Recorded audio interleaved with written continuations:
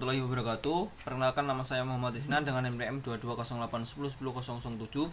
Di sini saya akan memaparkan mengenai laporan final proyek UAS kecerdasan buatan, yaitu dengan judul implementasi jaringan saraf tiruan preseptron pada aplikasi gerbang logika N.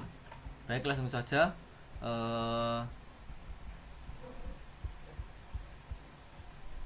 Latar belakang daripada laporan ini adalah jaringan saraf tiruan atau artikel neural network merupakan salah satu metode pembelajaran mesin yang meniru cara kerja otak manusia dengan proses informasi.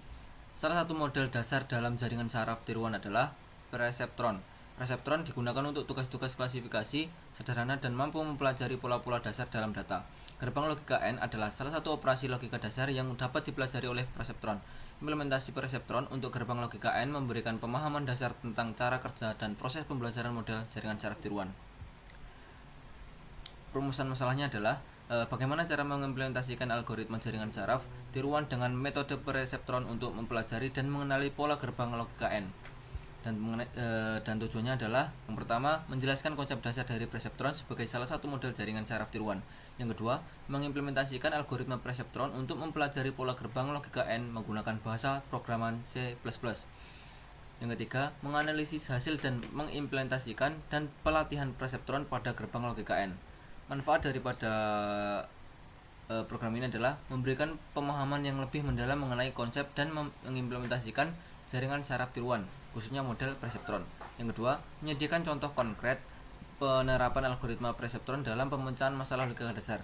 Yang ketiga, membantu pembaca memahami proses pembelajaran mesin sederhana yang dapat diaplikasikan dalam bidang komputasi dan teknologi informasi. Gambaran umumnya yaitu metodologi yang digunakan dalam laporan ini melibatkan beberapa langkah utama, yaitu persiapan, implementasi, pelatihan, dan pengujian serta analisis hasil. Setiap langkah dijelaskan secara garis besar untuk memberikan pemahaman mengenai proses yang dilakukan dalam mengembangkan dan menguji preseptron untuk gerbang logika N. Langkah-langkah yang pertama ada persiapan. Dalam persiapan ini mengandung pemahaman konsep dan preseptron. Contoh seperti mempelajari konsep dasar preseptron sebagai model jaringan saraf tiruan. Selanjutnya ada memahami operasi logika N dan bagaimana preseptron dapat digunakan untuk mengenalinya. Yang kedua, persiapan lingkungan pengembangan meliputi menyiapkan lingkungan pemrograman dengan bahasa C++. Selanjutnya, menginstal perangkat lunak dan pustaka yang diperlukan untuk pengembangan program. Pengimplementasinya yaitu yang pertama, penulisan kode program. Penulisan kode program ini menulis fungsi aktivasi yang akan digunakan oleh preseptron, menulis fungsi untuk menghitung output preseptron berdasarkan bobot, bias, dan input. Selanjutnya, menulis fungsi untuk memperbarui bobot dan bias berdasarkan kesalahan output. Selanjutnya ada inisialisasi parameter, meliputi menganalisasi bobot, bias, dan laju pembelajaran atau learning rate yang dapat digunakan dalam pelatihan. Selanjutnya dalam fase pelatihan, yang pertama penyediaan data dan pelatihan. Yang kedua, menyusun dataset yang terdiri dari pasangan input dan output yang diinginkan oleh untuk operasi logika N. Selanjutnya ada proses latihan. Proses pelatihan ini meliputi melakukan interaksi atau iterasi melalui dataset selama beberapa epoch. Selanjutnya ada menghitung output preseptron untuk setiap pasangan input. Selanjutnya ada memperbarui bobot dan bias berdasarkan kesalahan output sehingga model konvergen.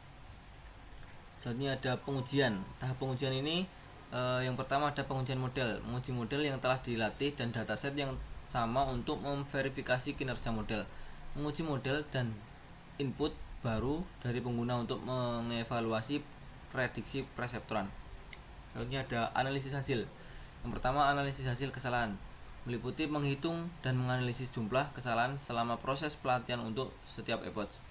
Selanjutnya, mengevaluasi performa model setelah pelatihan berdasarkan hasil pengujian. Selanjutnya ada interpretasi hasil. Yang pertama, menyimpulkan kemampuan preseptron dalam mempelajari dan mengenali pola gerbang logika N. Selanjutnya ada memberikan saran dan rekomendasi untuk perbaikan dan pengembangan lebih lanjut. hasil dan pembahasannya yaitu terkait implementasi kode program. Yang pertama, fungsi aktivasi.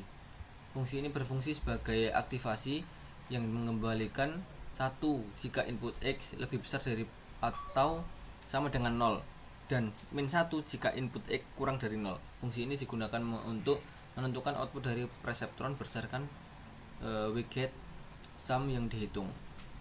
Selanjutnya ada menghitung output perseptron. Fungsi ini menghitung output dari perseptor. Widget sum dihitung dengan menjumlahkan produk ini setiap bobot dan input, kemudian ditambahkan dengan bias hasil widget sum ini kemudian dilewatkan ke fungsi aktivasi untuk menentukan output. Memperbarui bobot dan bias. Fungsi ini memperbarui bobot dan bias berdasarkan kesalahan antar target dan output yang dihasilkan. Bobot diperbarui dengan menambahkan hasil kali dari learning rate, kesalahan dan input terkait. Bias juga diperbarui dengan menambahkan hasil kali dari learning rate dan kesalahan. Selanjutnya ada fungsi utama. Fungsi utama ini melakukan inisialisasi bobot, bias dan laju pembelajaran. Selanjutnya data pelatihan untuk gerbang logika AND disiapkan dan proses pelatihan dilakukan selama beberapa epoch.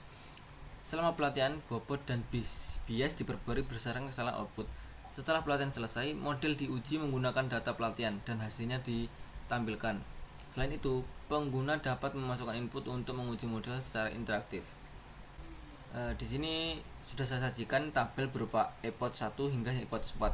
Karena percobaan epoch 4 adalah menghasilkan kesalahan 0 pada epoch 4 atau batas yang dapat dilakukan oleh program ini adalah sampai dengan epoch 4 sehingga menghasilkan program yang tidak ada kesalahan. Baik, selanjutnya akan saya praktekkan, tunjukkan sesuai yang sudah saya jelaskan dalam laporan. Baik, akan saya run sesuai dengan yang sudah saya jelaskan dalam laporan tadi. Dari epoch 4 ini akan saya masukkan